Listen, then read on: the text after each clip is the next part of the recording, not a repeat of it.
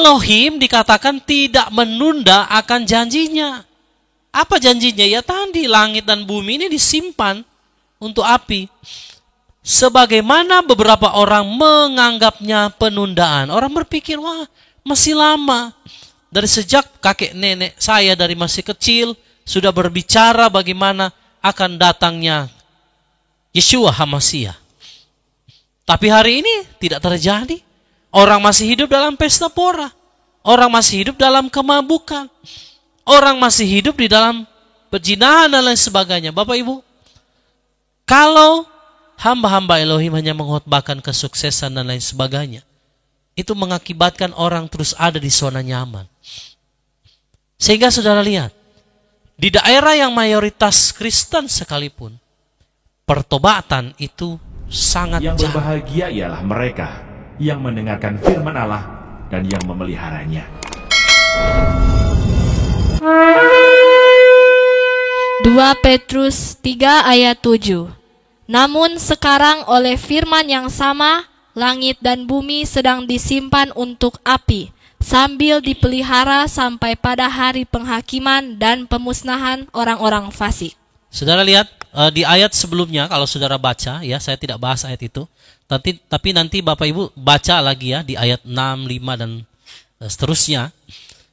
Langit dan bumi pada mulanya itu disimpan saudara, air. Makanya waktu Bapak Yahweh menciptakan langit dan bumi, saya sudah bahas ya tentang bagaimana air di bawah cakrawala, ada air juga di atas cakrawala.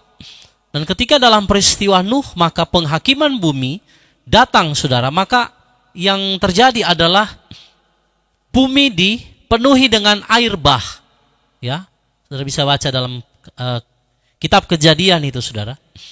Bagaimana bumi yang dahulu purba itu saudara dihakimi atau dihukum oleh Bapak Yahweh melalui air bah. Lalu di 2 Petrus 3 ayat 7 dilanjutkan saudara.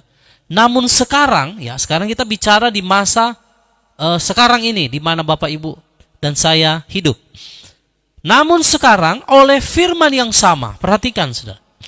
Oleh firman yang sama. Kalau dia ciptakan cakrawala, ada air di atas, ada air di bawah, itu memang karena Bapak Yahweh sudah tahu, dia punya satu rancangan, dia tahu apa yang akan terjadi kemudian hari. Maka oleh firman yang sama, langit dan bumi sedang disimpan untuk api.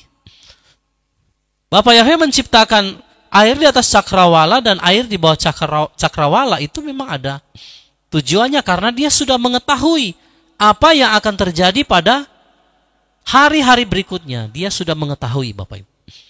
Dan saya sudah menyampaikan tentang bagaimana benda-benda langit diciptakan oleh Bapak Yahweh, semua punya maksud dan tujuan. Dan firman Elohim berkata saudara, untuk waktu yang sekarang ini, firman yang sama, ya, langit dan bumi sedang disimpan untuk apa? Api. Kalau yang dahulu itu air, ya. Sekarang api, saudara. Jadi jangan heran kalau terjadi di mana-mana kebakaran, yang lalu mungkin tsunami, ya. Karena dua elemen ini memang Bapak Yahweh sedang nyatakan. Kalau dahulu itu lewat air, maka hari ini di zaman sekarang ini langit dan bumi disimpan untuk api. Sampai dipelihara, sambil dipelihara sampai pada hari penghakiman dan pemusnahan orang-orang fasik. Nah, banyak gereja hamba-hamba Elohim hanya mengajarkan apa saudara? Berkat, ya kan? Mujizat, kesembuhan, kesuksesan di dalam dunia. Nah, mereka lupa bahwa dengan firman yang sama yang mereka khotbahkan setiap saat di gereja, itu langit dan bumi ini sedang disimpan untuk api. Nah, ini yang jarang dibahas oleh pendeta-pendeta hamba-hamba Elohim. Maunya hanya yang enak saja, saudara. Padahal mereka lupa firman yang sama juga sedang berbicara tentang apa? Penghakiman. Coba saudara perhatikan Yeshua HaMashiach. Baca kisahnya. Waktu pertama kali dia melayani, saudara, ya kan? Dia memberitakan apa, saudara? Berita sukacita, Injil, kabar baik. Dia menyembuhkan orang, dia membangkitkan orang mati. Tetapi selalu dibilang apa? Celakalah kamu, ya kan? Jika kamu tidak bertobat begini. Nah, Yeshua juga membicarakan tentang apa, saudara? Hari penghakiman. Di Matius pasal 24 jelas dia berbicara tentang masa kesukaran, masa aniaya.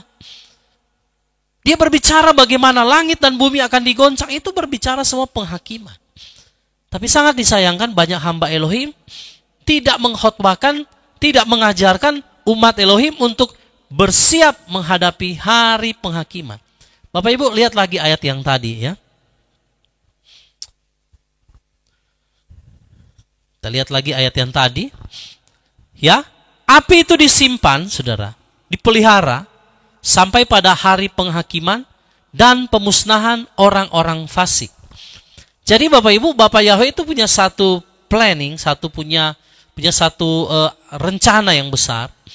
Di dalam penghakiman atas orang fasik, sebenarnya juga orang benar, ya, tidak dihakimi.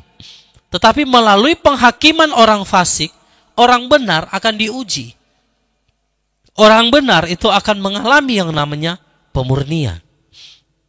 Nah, jadi saudara lihat api disimpan sampai pada hari penghakiman dan pemusnahan orang-orang fasik.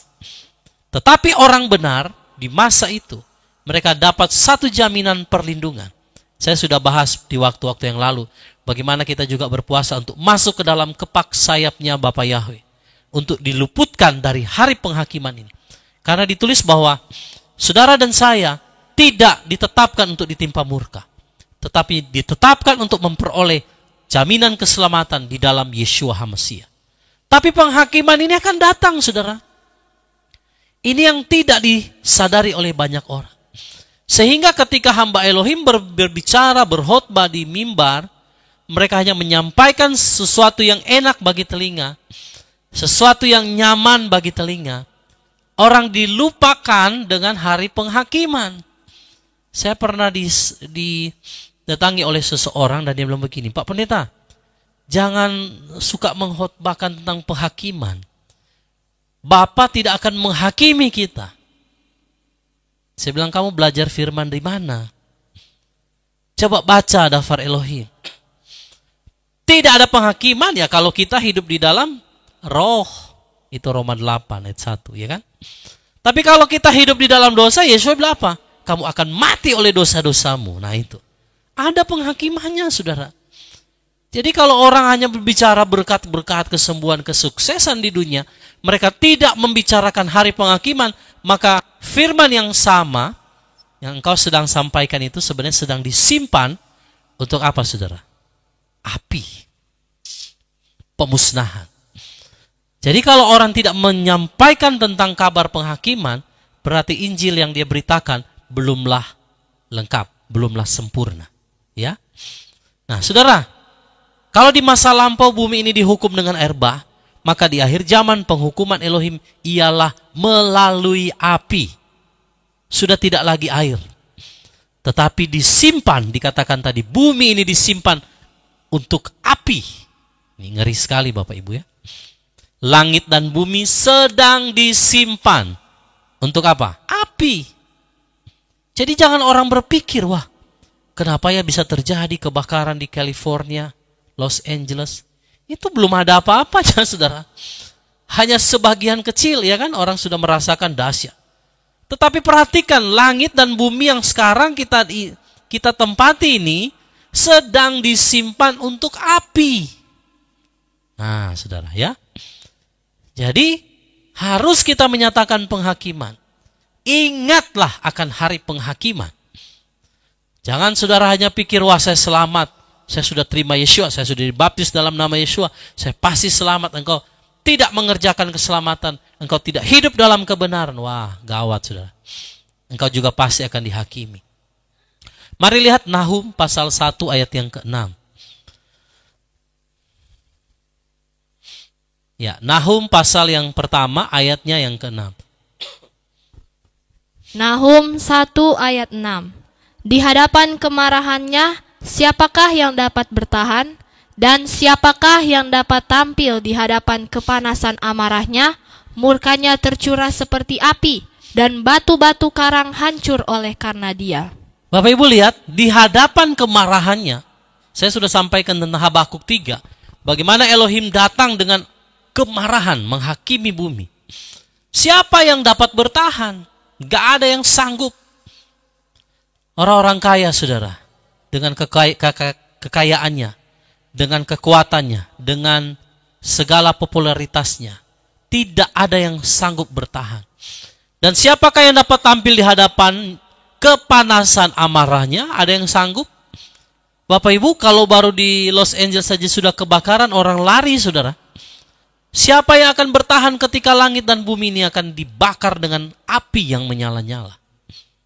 Ya, murkanya tercurah seperti apa? Api. Dan dikatakan di situ batu-batu karang hancur oleh karena Dia. Saudara mau lihat yang terjadi di California? Rumah-rumah, saya percaya itu rumah-rumah perumahan elit kan ya, saudara. Pasadena itu kan perumahan elit. Gak mungkin dia bangun dengan campuran semen batu seperti perumahan-perumahan yang ada di Indonesia.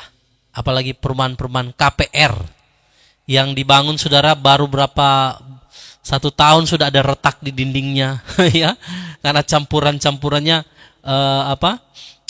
developernya mau cari untung, pakai campurannya yang hancur, saudara, mau cari murah. Tapi saya percaya di perumahan di Pasadena itu, saudara, itu pasti dibuat dengan batu-batu yang terbaik karena rumah-rumah mahal.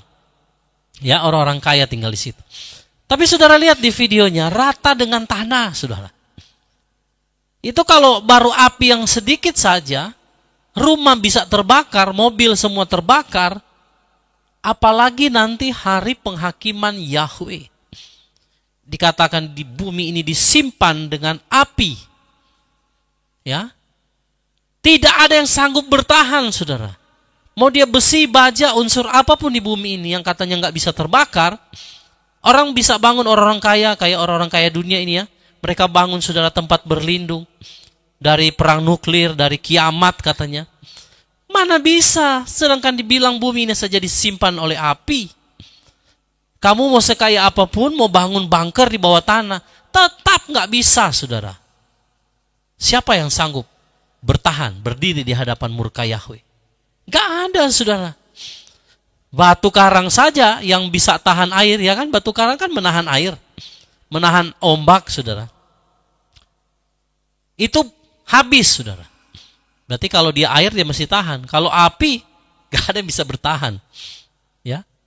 Jadi, kalau saudara sekarang kita lihat belum terjadi, kedahsyatan baru hanya ya sedikit, saudara. Itu saja, Bapak Ibu, sudah banyak membuat manusia itu kelabakan, ketakutan. Apalagi nanti hari itu, sudah bisa bayangkan. Apa yang terjadi di California itu, ya nggak ada apa-apanya, saudara, di Hawaii, di Australia waktu itu, tahun 2020 ya. Semua itu, saudara, hanya peringatan-peringatan kecil dari Bapa Yahweh. Tetapi perhatikan, bumi dan langit dan bumi ini disimpan untuk api. Apinya kayak gimana? Pasti dahsyat sekali, saudara. Ya, jadi makanya kenapa kita harus benar-benar hidup sesuai dengan kebenaran. Coba kita lihat 2 Petrus pasal 3 ayatnya yang ke-9. Ya, 2 Petrus 3 ayat yang ke-9. 2 Petrus 3 ayat 9. Elohim tidak menunda akan janjinya, sebagaimana beberapa orang menganggapnya penundaan. Sebaliknya, Dia bersabar terhadap kita karena tidak menghendaki seorang pun binasa, melainkan supaya semua orang memperoleh pertobatan. Banyak orang bilang begini, Pak, katanya hari Yahweh, katanya Yesus akan datang. Katanya akan kiamat dan lain sebagainya. Dari zaman dahulu juga, dari masih saya kecil, saya sudah dengar perkataan ini. Ya. Banyak orang berpikir, oh masih lama. Masih 30 tahun lagi. Masih 300 tahun lagi. Elohim dikatakan tidak menunda akan janjinya. Apa janjinya? Ya tadi langit dan bumi ini disimpan untuk api. Sebagaimana beberapa orang menganggapnya penundaan. Orang berpikir, wah masih lama. Dari sejak kakek nenek saya dari masih kecil sudah berbicara bagaimana akan datangnya Yeshua HaMashiach. Tapi hari ini tidak terjadi. Orang masih hidup dalam pesta pora. Orang masih hidup dalam kemabukan. Orang masih hidup di dalam perzinahan dan lain sebagainya. Bapak Ibu, kalau hamba-hamba Elohim hanya mengkhotbahkan kesuksesan dan lain sebagainya, itu mengakibatkan orang terus ada di zona nyaman. Sehingga saudara lihat, di daerah yang mayoritas Kristen sekalipun, pertobatan itu sangat jarang. Saudara boleh cek daerah kami, daerah Pak Martin. Coba lihat saudara, yang katanya banyak orang percaya kepada Yeshua, tetapi saudara hidup mereka apa? Penuh dengan pesta pora, kemabukan dan lain sebagainya. Mengapa? Karena tanggung jawab hamba Elohim. Sebagai hamba Elohim, dia tidak berbicara tentang hari penghakiman. Sehingga orang berpikir, oh masih lama Yeshua akan datang. Ya karena pendetanya mengajarkan begitu. Padahal di situ saudara, Elohim menahan dengan penuh kesabaran. Perhatikan ayat ini. Kenapa dia belum langsung datang? Kenapa dia belum langsung menghakimi bumi? Tapi dia beri peringatan kepada kita. Karena dia bersabar terhadap saudara dan saya, terhadap kita semua. Sabar saudara. Ya, karena dia bersabar terhadap kita. Karena dia tidak pernah menghendaki seorang pun binasa. Nah, itu sebabnya kenapa kita berpuasa selama 7 hari, kan kita berdoa untuk keluarga kita kalau bisa mereka berbalik, bertobat. Ingatkan mereka apa yang terjadi di California. Itu belum ada apa-apanya, itu bisa terjadi di tengah kita bahkan lebih dahsyat dari hal itu. Maka mereka harus berbalik, bertobat mencari Bapa Yahweh. Elohim bersabar bukan karena dia gak mau tepatin janjinya. Saudara, kalau hari ini belum terjadi seperti yang mungkin kita baca di dalam kitab suci, penghakimannya, baru yang kecil-kecil dia kasih tahu. Dia baru kasih signal alarm bahwa itu baru awal. Karena dia sabar terhadap kita. Dia tidak menghendaki seorang pun binasa, melainkan supaya semua orang memperoleh yang namanya pertobatan, keselamatan di dalam Yeshua HaMashiach. Dia masih menanti, saudara. Dia masih menunggu. Dia tahu bahwa kita ini manusia itu debu. Kita itu gak sanggup, Bapak Ibu, bertahan di hari penghakiman. Makanya dia terus bersabar. Dia kasih kesempatan bagi saudara dan saya. Bertobat, jatuh lagi, bertobat, berbalik lagi. Kenapa? Karena dia sabar. Dia tahu kita ini cuma debu dan abu. Kalau dia datang gak ada yang bisa bertahan, Bapak Ibu. Sedangkan dia datang saja dengan kecil saja ya. Orang-orang di California sana sudah ketakutannya luar biasa. Dia tahu kita ini gak tahan dalam hari penghakiman yang akan Bapa Yahweh lakukan. Mazmur 103 ayat yang ke-14. Mazmur 103 ayat 14. Mazmur 103 ayat 14. Sebab dia mengetahui rupa kita, yang diingat bahwa kita adalah debu. Bapa Yahweh yang menciptakan kita, betul nggak? Dari tanah liat. Dia tahu rupa kita kayak gimana. Tanah liat sama batu karang, lebih keras yang mana, saudara?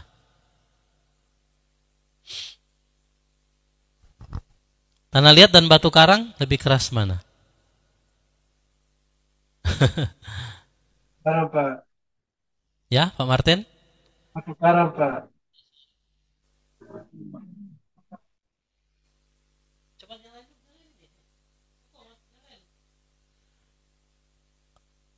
Tanah liat dan besi, lebih keras yang mana? Besi, Pak. Besi. Ya. Tapi saudara baca ayatnya tadi. batu karang pun habis.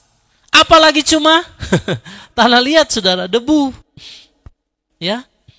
Jadi makanya kita jadi orang itu jangan sombong. Sekalipun kita punya harta kekayaan, kita punya jabatan, kita punya sesuatu yang mungkin manusia takuti.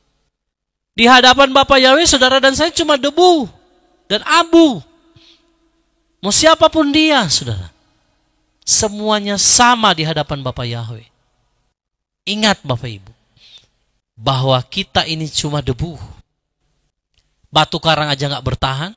Unsur-unsur duniawi ini tidak ada yang tahan, saudara, ketika api penghakiman Bapa Yahweh itu datang. Makanya dia sabar, dia terus menunggu.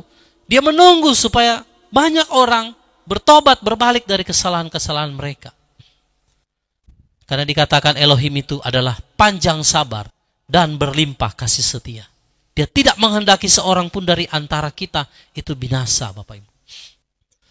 Jadi kalau hari ini dia masih sabar, jangan saudara menyanyiakan kesabaran daripada Bapa Yahweh. Jangan, saudara. Amin. Jangan menyanyiakan kesabarannya dari Bapa Yahweh. Dia cukup bersabar bagi kita, supaya kita jangan sampai binasa. Haleluya. Nah, oleh karena itu, perlu kita mengingatkan orang percaya bahwa harus ingat dunia ini sedang disimpan oleh api. Ya. Tapi satu ketika masa anugerah itu akan berakhir. Ya, karena dia sudah punya janji. Dia tidak akan menunda janjinya. Sekalipun orang bilang, "Oh, masih lama." Ingat, tetap akan terjadi. Jadi selama hari ini masih ada, kita masih punya kesempatan, mari kita berbalik dari setiap jalan-jalan yang jahat, saudara. Jangan sampai hari itu tiba dan kita semuanya tidak berbalik dari jalan-jalan yang jahat. Ya. Oke, mari kita lihat 2 Petrus 3 ayatnya yang ke-10. 2 Petrus 3 ayat 10. 2 Petrus 3 ayatnya yang ke-10. 2 Petrus 3 ayat 10. Namun hari Yahweh akan datang seperti pencuri di waktu malam. Olehnya langit akan berlalu dengan suara gemuruh, dan anasir-anasir akan lebur dengan terbakar panas yang membara. Juga bumi dan kegiatan-kegiatan yang ada di dalamnya akan terbakar habis. Saudara lihat, namun hari Elohim, hari Yahweh, ya, akan datang seperti apa? Pencuri di waktu malam. Gak ada yang tahu. Jadi makanya saya bilang kenapa tadi dia panjang sabar, dia penuh kasih. Tetapi ingat Bapak Ibu, tidak selamanya hal itu akan terus terjadi. Ada waktunya Bapa Yahweh akan menggenapi janjinya bahwa hari Yahweh itu datang seperti pencuri di waktu malam hari. Oleh hari Yahweh itu maksudnya ya, dikatakan langit akan berlalu dengan apa? Suara gemuruh. Wow. Dahsyat, saudara. Dan anasir-anasir atau unsur-unsur di bumi ini, mau dia perak, emas, logam, apapun itu, permata, besi, apapun itu, tembaga, dikatakan semua unsur-unsur, anasir-anasir, itu akan apa, saudara? Lebur dengan terbakar, habis, nggak ada sisa. Apalagi cuma debu tadi. Ya. Kalau hari Yahweh tiba, saudara, ya, saudara lihat, jangankan apa, saudara, emas ataupun semua yang lain ya, logam apapun itu, saudara, itu hancur, apalagi cuman kita sebagai debu dan abu. Jadi kita perlu mengingatkan bukan saja orang lain, tapi mengingatkan diri kita, bahwa hari Yahweh itu akan datang seperti pencuri.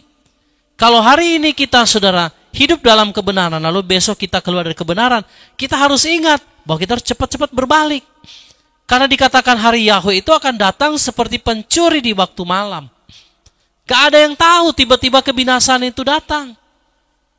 Gak ada yang tahu di Pasadena, California.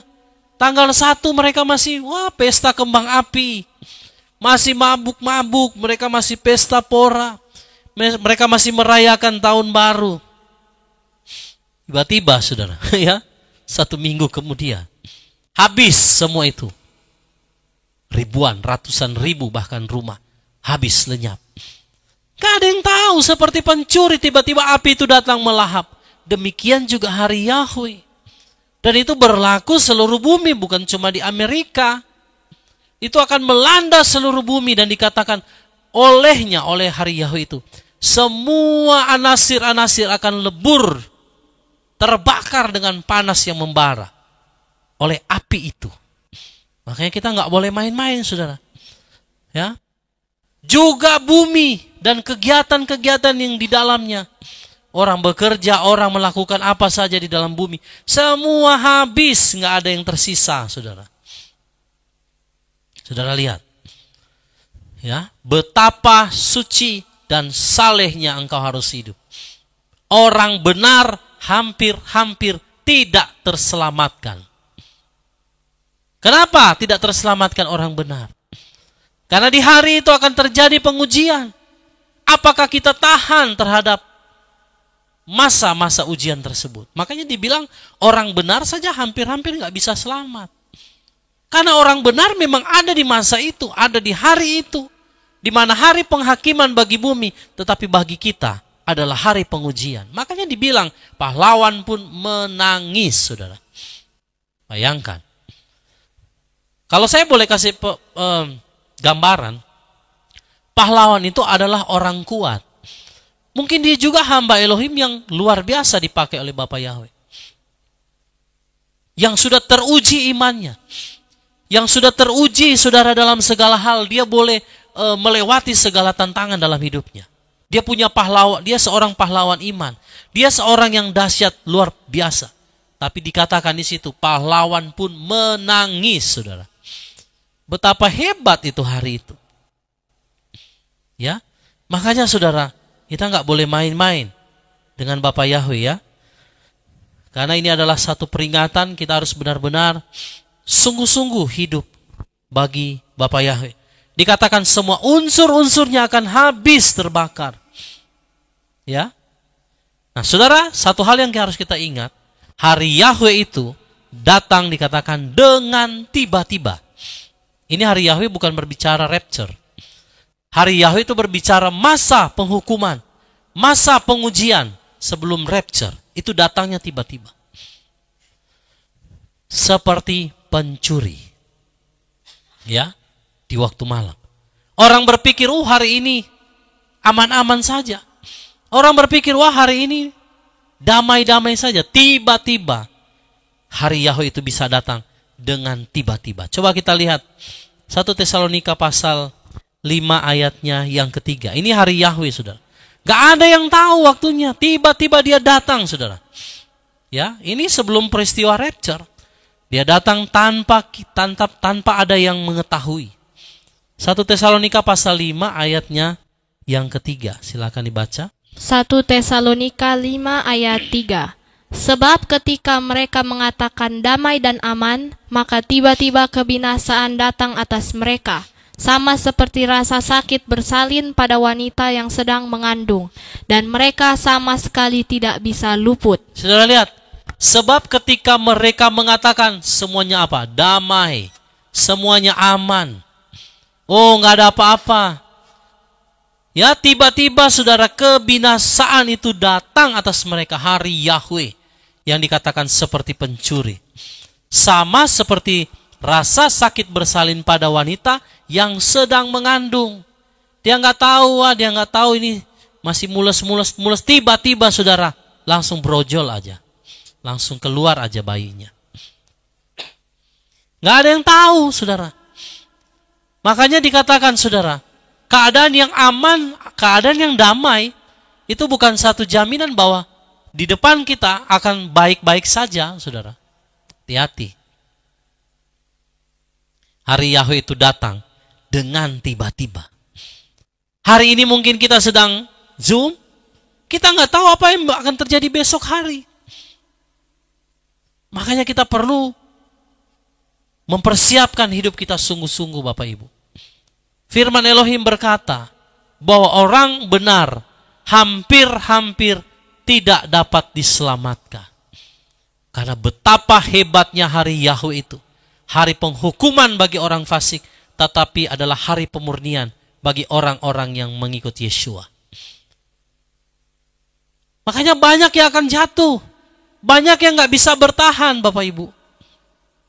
Karena hari ini, hari Yahweh yang begitu dahsyat. Hari ini kita bisa lihat, oh hanya di Amerika. Bagaimana jika hal itu akan terjadi di seluruh dunia? Masa kesukaran. Sudah lihat? Ya, per tanggal berapa itu? 20 ya kalau tidak salah. Januari ini, seluruh kendaraan diwajibkan pakai barcode, saudara.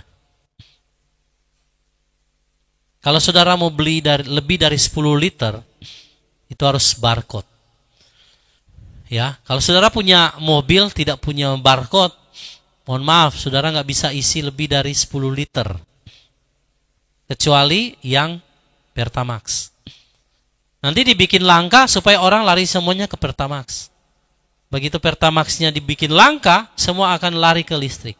Semua lari ke listrik, di shutdown, game over, selesai. Lihat saudara. Hari ini iblis tahu. Dia tahu firman ini.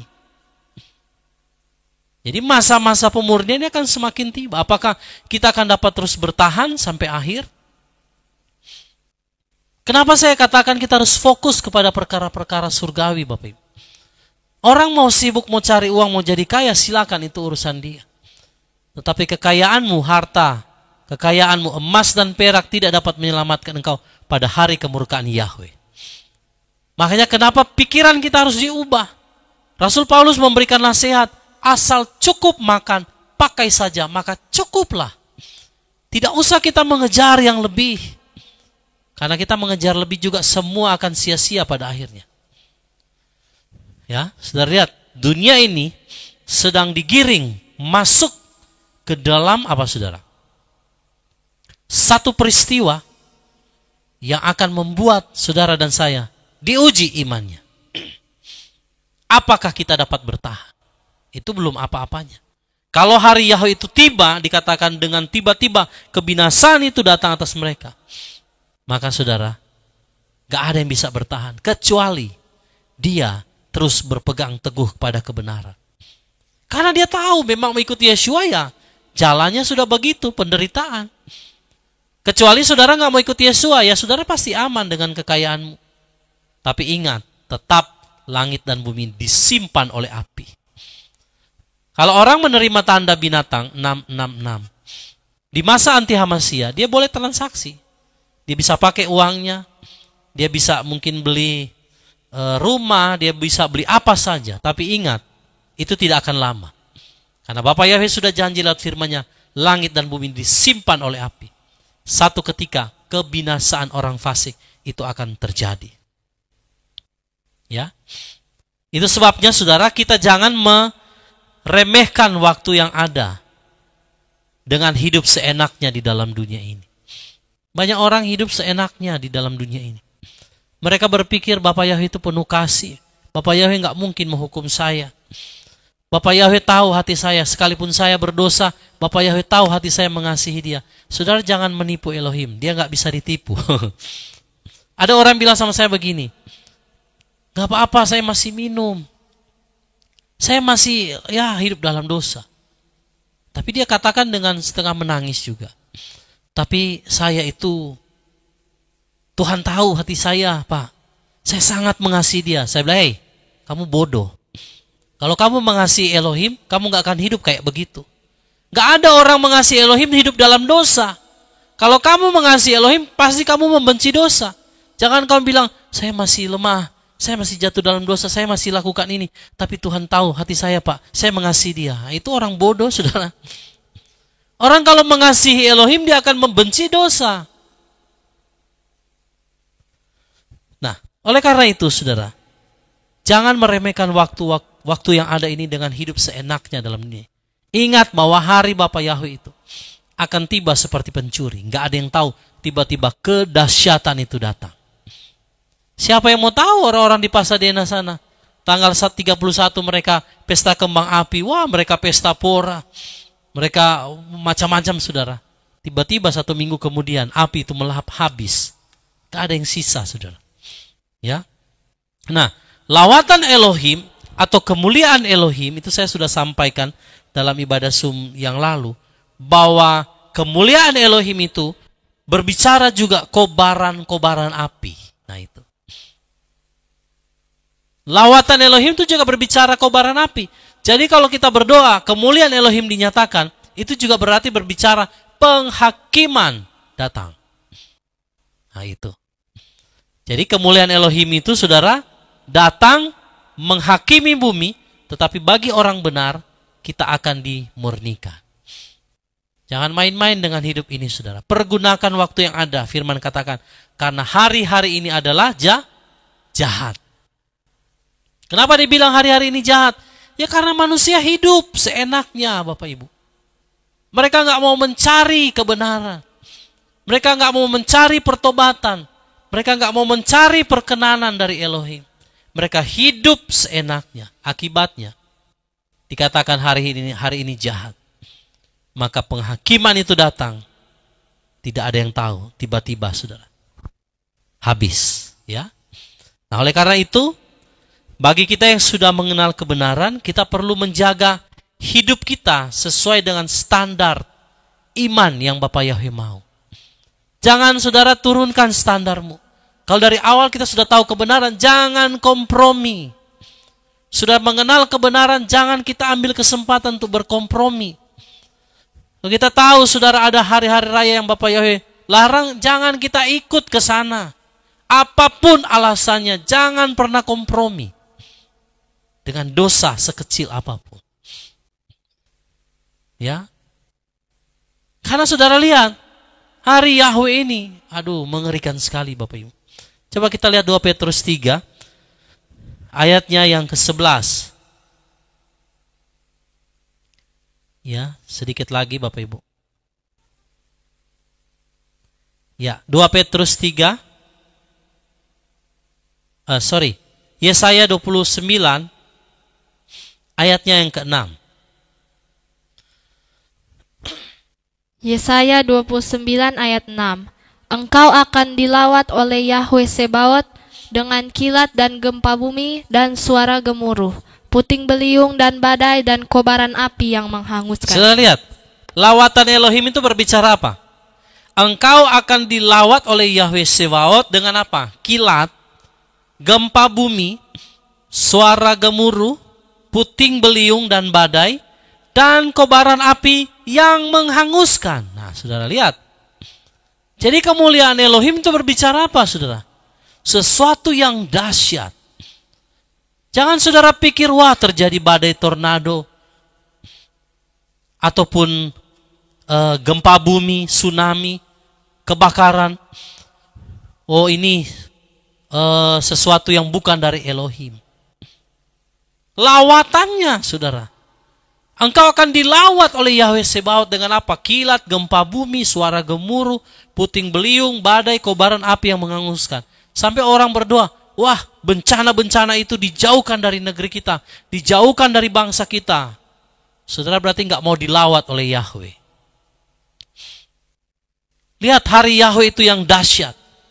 Penghukuman memang bagi orang fasik. Orang fasik hidup pasti akan habis, saudara, kalau hari Yahweh itu datang. Tapi bagi orang benar, ini adalah apa? Pemurnian. Coba, saudara, ada nggak orang mau bertobat kalau dunia ini aman-aman saja? Ada nggak? Kalau semua kelihatannya baik-baik saja. Ada nggak orang mau bertobat, saudara? Tidak ada, Pak. Nggak ada. Tapi coba kalau terjadi bencana, semua pasti akan cari Elohim. Makanya lawatan daripada Bapak Yahweh itu berbicara, saudara, sesuatu yang menggentarkan. Kalau dia berbicara atas California, dia mau ada pertobatan di sana. Jangan saudara berdoa, Bapak Yahweh, tolong matikan apinya yang ada di California. Loh, dia menginginkan orang di sana bertobat. Saudara berdoa supaya apinya mati. lawatannya, saudara. Karena ada jaminan, kalau dia orang benar, sudah pasti Bapak Yahweh akan selamatkan dia. Yang mudah-mudahan orang-orang yang di sana melihat semua ini dan mereka bertobat. Karena mereka sudah mengolok-olok Bapak Yahweh dalam acara TV mereka. Dan itu bukan cuma terjadi di California, mohon maaf. Di seluruh dunia termasuk Indonesia juga. Banyak orang-orang yang meremehkan Elohim. Ya, saudara. Jadi kita harus senantiasa mengingatkan saudara-saudara kita tentang hari Yahweh ini. Banyak keluarga kita mungkin saudara punya suami, istri, anak-anak dan lain sebagainya. Masih tenang-tenang aja mereka karena mereka berpikir ya masih aman-aman saja dunia ini. Tapi perhatikan daftar Elohim katakan. Dengan tiba-tiba. Gak ada yang bakal tahu. Hari ini tiba-tiba lenyap saudara. Tanpa bekas. Siapa yang mau pikir saudara? Orang-orang yang ada di Amerika itu yang begitu kaya. Tiba-tiba dalam hanya hitungan jam saja. Harta kekayaan mereka habis.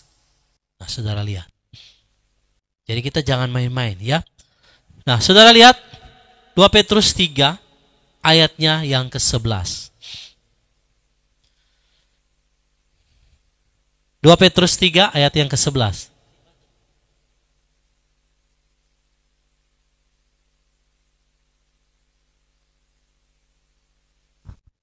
2 Petrus 3 ayat 11. Selanjutnya dengan leburnya semua hal itu, betapa perlunya kamu untuk ada dalam perilaku yang kudus dan dalam kesalehan. Nah saudara dikatakan selanjutnya dengan leburnya semua hal itu, oleh api tadi yang membara, betapa perlunya, nah Rasul Petrus menekankan di sini, tentang betapa perlunya kamu untuk ada dalam perilaku yang kudus dan dalam kesalehan. Kekudusan dan kesalehan itulah yang akan meluputkan kita dari hari Yahweh yang akan datang secara tiba-tiba. Dalam arti begini, kalau Bapak Ibu mau diluputkan ya dari hari Yahweh itu, maka betapa perlunya kita harus berperilaku kudus di dalam kesalehan. Jangan pernah kompromi dengan dosa sekecil apapun itu, saudara. Jangan pernah. Karena dikatakan ini, betapa perlunya kita hidup dalam kekudusan dan kesalehan. Hartamu tidak dapat menyelamatkan engkau. Ya. Popularitas tidak akan menyelamatkan engkau. Jabatan tidak akan menyelamatkan engkau. Tapi kalau engkau hidup dalam kekudusan dan kesalehan, maka hal itulah yang akan meluputkan engkau daripada hari Yahweh yang maha dahsyat itu. Saudara lihat di California, di tempat kebakaran itu, saya baca satu kisah. Ada satu keluarga, mereka yang sungguh-sungguh takut akan Yahweh. Setiap hari berdoa, setiap hari menyembah, membangun mesbah. Hanya rumah mereka di blok itu, saudara, yang tersisa. Ya, sisanya tetangganya nggak ada semua, saudara, habis. Nah, jadi kekudusan dan kesalehan itulah yang akan menjamin kita untuk kita diluputkan. Diluputkan itu maksudnya gini, saudara. Bukan saudara nggak ada di situ, kita ada di situ. Tapi kita akan melihat bagaimana tangan daripada Bapa Yahweh akan melindungi, memproteksi kita dari bencana-bencana dan musibah-musibah itu. Ya, kecuali mereka yang sudah ditentukan untuk itu. Ya. Tetapi apapun itu, kita harus menjaga kekudusan dan kebenaran, yaitu kesalehan. Ingat saudara, bahwa orang benar saja hampir-hampir tidak diselamatkan. Ya kan? Orang benar saja itu hampir-hampir nggak dapat diselamatkan. Bagaimana dengan orang berdosa? Ya, 1 Petrus 4 ayat yang ke-18.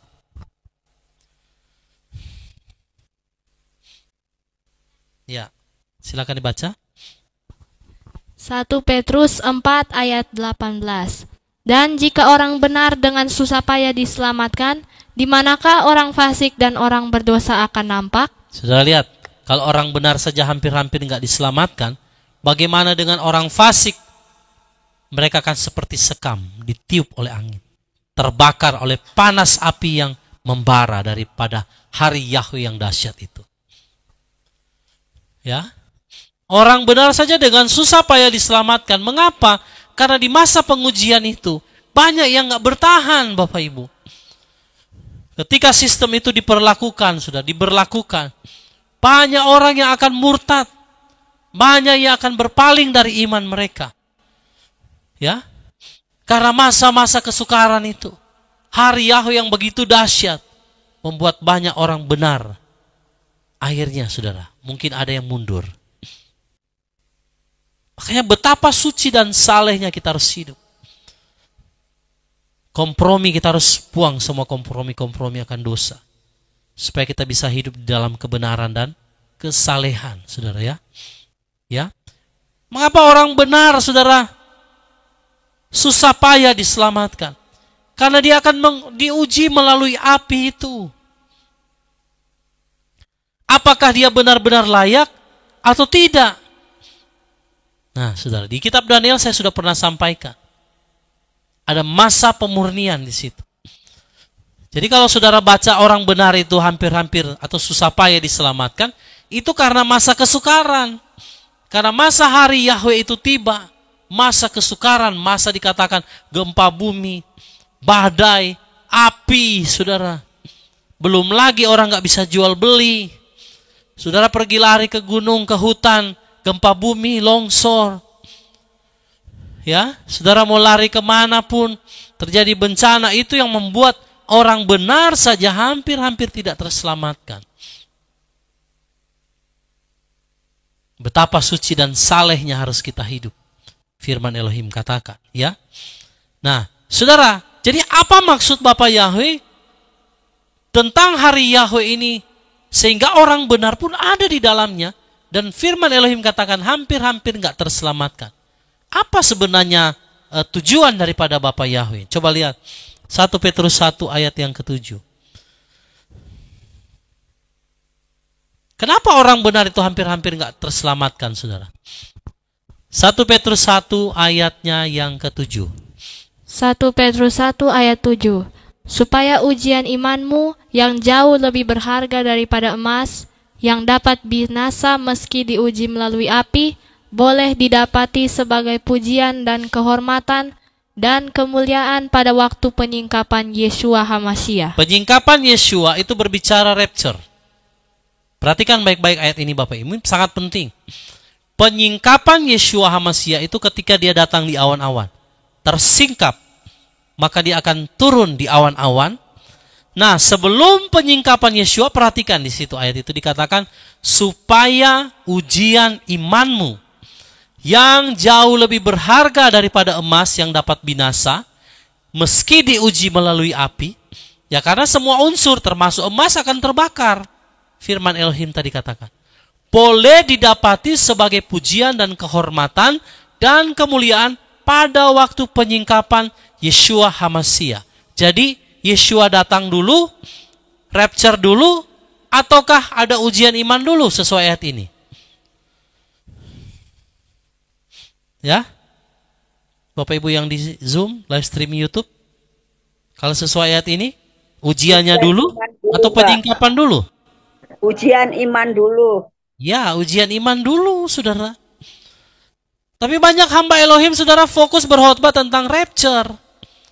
Mereka lupa bahwa hari Yahweh ini adalah hari pemurnian ujian imanmu. Di Rasul Petrus katakan, supaya ujian imanmu yang jauh jauh lebih berharga daripada emas yang dapat binasa meski diuji melalui api, boleh didapati sebagai pujian dan kehormatan dan kemuliaan pada waktu penyingkapan Yeshua HaMasyiah. Jadi sebelum Yeshua HaMasyiah di awan-awan akan menjemput mempelainya, ada ujian iman dulu Bapak Ibu Saudara.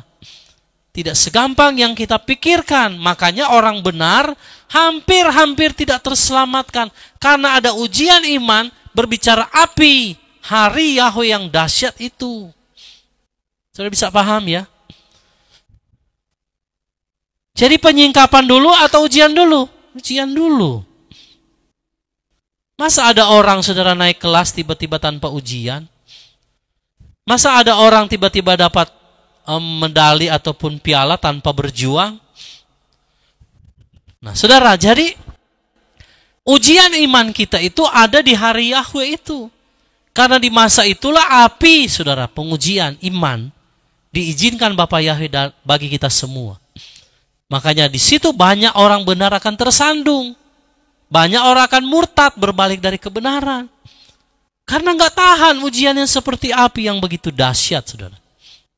Ya, orang benar akan melalui ujian iman lewat api permurnian ini. Dan ini adalah akhir daripada penentuan apakah orang itu benar-benar hidup oleh iman dan bertahan sampai akhir, ataukah saudara mau menyerah, tidak mau lagi bertahan. Yeshua bilang, ya, barang siapa bertahan sampai kesudahannya, dia akan diselamatkan. Diselamatkan maksudnya dia akan dibawa dalam peristiwa rapture, lalu setelah itu murka Elohim atas dunia. Nah itu sudah berbicara lain lagi. Kalau soal murka nggak ada yang bisa selamat.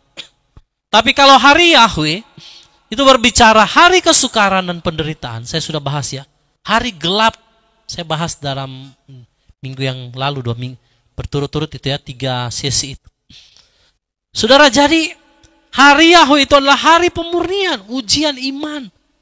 Terakhir sebelum nanti penyingkapan Yeshua, lalu kita akan dibawa orang yang bertahan.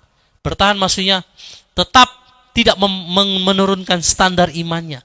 Sampai pada Yeshua datang, dia tidak bercacat, tidak bercela, tidak bernoda pada waktu kedatangan Adonai Yeshua HaMashiach. Itu yang akan dibawa, itu yang akan diselamatkan.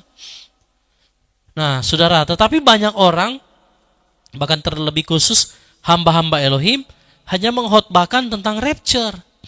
Tidak membahas tentang hari Yahweh yang dahsyat, yang adalah berbicara ujian iman tadi yang ditulis oleh Rasul Kefa atau Petrus. Saudara lihat bahwa hal ini akan terjadi. Hal ini akan digenapi, saudara suka atau tidak, saudara mau atau tidak, hari Yahweh itu sedang datang. Ada di satu grup WhatsApp, dia bicara sama saya begini, Pak, tidak bisakah kita berdoa untuk menunda hal-hal ini? Hari-hari di mana kedahsyatan murka Bapa Yahweh itu dinyatakan. Saya bilang, Pak, kalau kita berdoa untuk menunda, menahan, itu sama artinya engkau sedang menahan kedatangan Yeshua HaMashiach. Padahal kita ini adalah orang-orang yang mempercepat kedatangan Yeshua. Kalau saudara mempercepat kedatangan Yeshua seperti kata firman, maka engkau berdoa, biarlah kehendak Bapa Yahweh terjadi. Supaya terjadi pertobatan, supaya terjadi pengujian iman di sana, supaya orang fasik dibinasakan. Itu kan sesuai firman. Jangan kita berdoa untuk menahan, menolak, saudara. Sama artinya kita sedang membuat Yeshua semakin lama untuk datang. Sedangkan kita adalah orang-orang yang mempercepat kedatangan daripada Adonai Yeshua HaMashiach. Amin, saudara. Ya, jadi orang benar itu akan melalui ujian iman lewat api, pemurnian, dan ini adalah akhir penentuan. Apakah orang benar itu dapat bertahan sampai akhir? Makanya ayat bilang, orang benar saja hampir-hampir tidak dapat terselamatkan, saudara.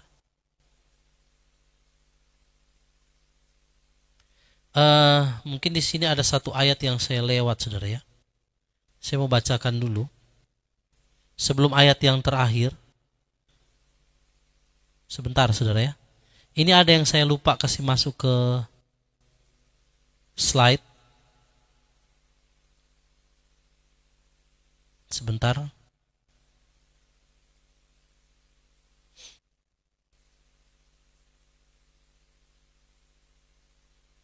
Jadi orang benar tuh hampir-hampir tidak terselamatkan, saudara ya. Ya, mari kita lihat ayat 12. 2 Petrus 3.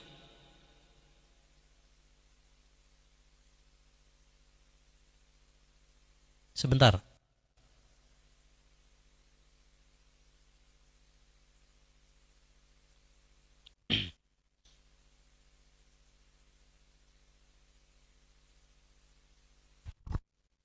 Sebentar ya, saudara.